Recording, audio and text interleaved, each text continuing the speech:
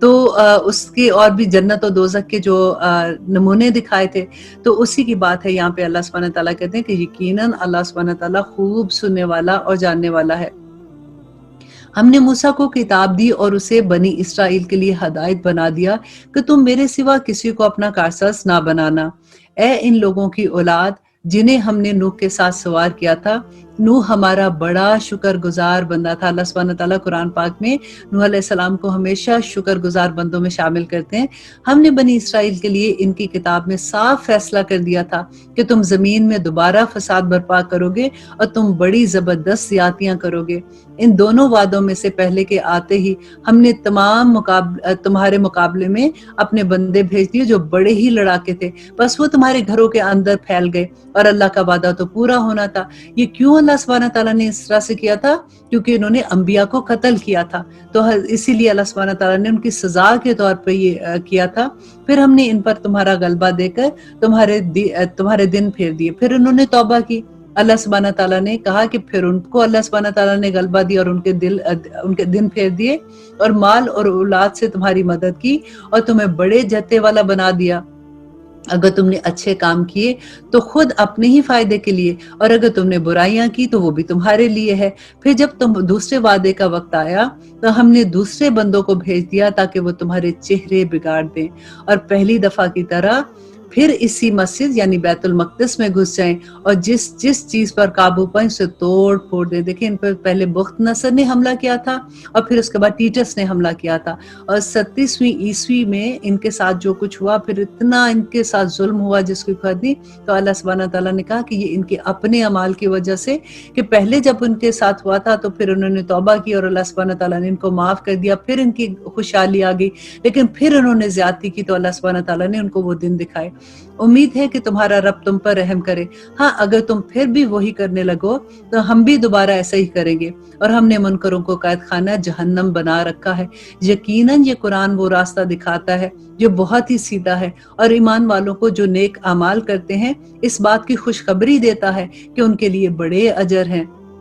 اور یہ کہ جو لوگ آخرت پر یقین نہیں رکھتے ان کے لیے ہم نے دردناک عذاب تیار رکھا ہے۔ اب آخرت پہ ہم بار بار پڑھتے ہیں نا کہ آخرت پہ یقین نہیں رکھتے، تو آخرت پہ کیا مطلب؟ ہم تو کہتے ہیں کہ ہم یقین رکھتے ہیں آخرت پہ، لیکن آپ یہ دیکھیں کیا ہمارا یقین ہے؟ ہمیں یہ پتہ ہے کہ جھوٹ کی سزا کیا ہے، ہمیں یہ پتہ ہے چغلی کی سزا کیا ہے، ہمیں یہ پتہ ہے کہ نماز چھوڑنے کی سزا کیا ہے، تو یقین پھر کیسا ہوا نا؟ تو ہمارا یقین ہے لیکن ہمارے دل سے ہمیں یقین نہیں ہے، ورنہ اگر ہمیں دل سے قیامت کے دن کا یقین ہو تو ہم تو جیسے کہتے ہیں نا کہ ایک قدم بھی پھونک پھونک کے اٹھاتا ہے بندہ، تو اس طرح سے حال ہو جائے۔ اللہ سبحانہ تعالیٰ کہتے ہیں کہ اور انسان برائی کی دعائیں مانگنے لگتا ہے، بالکل اس کی اپنی بھلائی کی دعاؤں کی طرح، انسان ہے ہی بڑا ظالم۔ تو یہاں پہ یہ بات ہو رہی ہے کہ جیسے کبھی ہوتا ہے نا کسی پہ غصہ آتا ہے، ایون کبھی کوئی بات ہوتی ہے تو بندہ ان کو کہتا ہے تمہارا ستیہ ناش تم نے یہ کر دیا، ایسی جیسے بات ہوتی ہے۔ کبھی ایسا ہوتا ہے کہ قبولیت کی گھڑی ہوتی ہے، اس لیے اللہ سبحانہ تعالیٰ کہتے ہیں کہ بات سوچ کے منہ سے نکالو، کہ آگے کہتے ہیں ہم نے رات کو اور دن کو اپنی قدرت کی نشانیاں بنائی ہیں۔ رات کی نشانی کو تو ہم نے بے نور کر دیا اور دن کی نشانی کو روشن بنا دیا تاکہ تم اپنے رب کا فضل تلاش کرو۔ اب پھر اللہ سبحانہ تعالیٰ کہتے ہیں اور اس لیے بھی کہ برسوں کا شمار اور حساب معلوم کر سکو، اور ہر چیز کو ہم نے خوب تفصیل سے بیان کر دیا۔ اور آگے یہ غور کیجیے اس آیت پہ کہ ہم نے ہر انسان کو برائی اور اس کی بھلائی کو اس کے گلے میں لٹکا دیا ہے، جیسے ہمارا نامہ اعمال ہوتا ہے نا۔ اللہ سبحانہ تعالیٰ کہتے ہیں اور بروز قیامت ہم اس کے سامنے اس کا نامہ اعمال نکال لائیں گے۔ ایک جیسے ایسے نہیں لگتا کہ کوئی چپ سی جیسے گردن پہ لگی ہوئی ہے، جیسے دیکھیں آپ کمپیوٹر ایک کلک کرتے ہیں تو سارا ڈیٹا نکل آتا ہے، تو اسی طرح سے اللہ سبحانہ تعالیٰ کہتے ہیں کہ ہر ایک کی برائیاں اور بھلائیاں جو کرتے ہیں اس کے گلے پہ لٹکا دیے، اور قیامت کے دن اس کا نامہ اعمال نکال لیں گے، جسے وہ اپنے اوپر خود اپنے کھلا ہوا دیکھے گا۔ لو، اور کہا جائے گا کہ لے خود ہی اپنی کتاب خود پڑھ لے، آج تو آپ ہی اپنا حساب لینے کے لیے کافی ہے۔ جو راہ راست حاصل کر لے وہ خود اپنے ہی بھلے کے لیے کرے گا، اور جو بھٹک جائے اس کا بوجھ اسی کے اوپر ہے۔ کوئی بوجھ والا کسی اور کا بوجھ اپنے اوپر نہیں لا دے گا، اور ہماری سنت نہیں کہ ہم رسول صلی اللہ علیہ وسلم کو بھیجنے کے بعد اور عذاب نازل کرے، کہ مطلب جس بھی قوم پہ اللہ سبحانہ تعالیٰ کہتے ہیں کہ ہم نے عذاب نازل کیا، تو ہماری یہ سنت نہیں ہے کہ وہاں پہ ہم پیغام دیے بغیر عذاب نازل کر دیں. وہاں پہ باقاعدہ پہلے رسول جاتے ہیں، اپنا پیغام وہ اللہ سبحانہ تعالیٰ کا دیتے ہیں، اور اگر نہیں مانتے اور وہ اسی طرح سے انکار کرتے رہتے ہیں تو تب اللہ کا عذاب آتا ہے. اور جب ہم کسی بستی کی ہلاکت کا ارادہ کر لیتے ہیں تو وہاں کے خوشحال لوگوں کو کچھ حکم دیتے ہیں. اب دیکھیں یہ کن کو حکم مل رہا ہے؟ جو خوشحال ہیں، کیونکہ وہ دل سے ویسے ہی خرابی کر رہے تھے. تو اللہ سبحانہ تعالیٰ کہتے ہیں ان کو پتہ ہے کہ خوشحال لوگ اور ایسے ٹرینڈ سیٹر ہوتے ہیں نا، وہ برائی کریں گے تو پیچھے بھی سارے لگ جائیں گے. یہ اس لیے کہ انہوں نے جو ظلم اپنی جانوں پہ کیے، یہ اس کی سزا ہوتی ہے کہ وہ اس بستی میں کھلی نافرمانی کرنے لگتے ہیں تو ان پہ عذاب کی بات ثابت ہو جاتی ہے، پھر ہم انہیں تباہ و برباد ہی کر دیتے ہیں.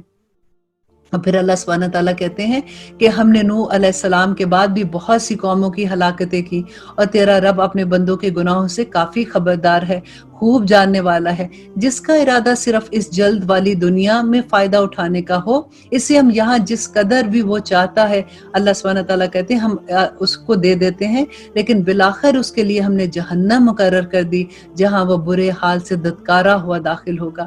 کہ جس کو دنیا چاہیے، اور اللہ سبحانہ تعالیٰ کہتے ہیں میں بھر بھر کے دوں گا دنیا، لیکن پھر آخرت میں اس کا کوئی حصہ نہیں ہوگا. اور جس کا ارادہ آخرت کا ہو اور جیسی کوشش اس کے لیے ہونی چاہیے وہ کرتا ہو، آخرت کا ارادہ ہو، اور ایسا نہیں کہ ارادہ ہے ہاں ہمیں یقین ہے اور کرے وہ دوسرا کام. اللہ سبحانہ تعالیٰ کہتے ہیں پھر کوشش بھی ویسی ہو جو وہ کرتا ہو، اور وہ ایمان والا بھی ہو. بس یہی لوگ ہیں جن کی کوششوں کو اللہ سبحانہ تعالیٰ پوری قدردانی کرے گا. ہر ایک کو ہم بہم پہنچائے جاتے ہیں، انہیں بھی اور انہیں بھی. مطلب اللہ سبحانہ تعالیٰ کہتے ہیں جو ایمان والے ان کو بھی دیتے ہیں، جو ایمان نہیں لاتے ان کو بھی دیتے ہیں. تیرے پروردگار کے انعام میں سے تیرے پروردگار کی بخشش رکی ہوئی نہیں ہے. دیکھ لے کہ ان میں ایک کو ایک پر ہم نے کس طرح فضیلت دے رکھی ہے. اور آخرت و درجوں میں اللہ سبحانہ تعالیٰ کہتے ہیں آخرت کے درجوں میں وہ ان کو بڑھا دے گا جو نیک لوگ ہیں، اور اپنی فضیلت سے ان کو اور بھی عطا کرے گا. اللہ کے ساتھ کسی کو معبود نہ ٹھہراؤ کہ آخر تو برے حال ہو کر اللہ کے پاس جاؤ گے. اور تیرا پروردگار صاف صاف حکم دے چکا کہ تم اس کے سوا کسی کی عبادت نہ کرنا، اور ماں باپ کے ساتھ احسان کرنا.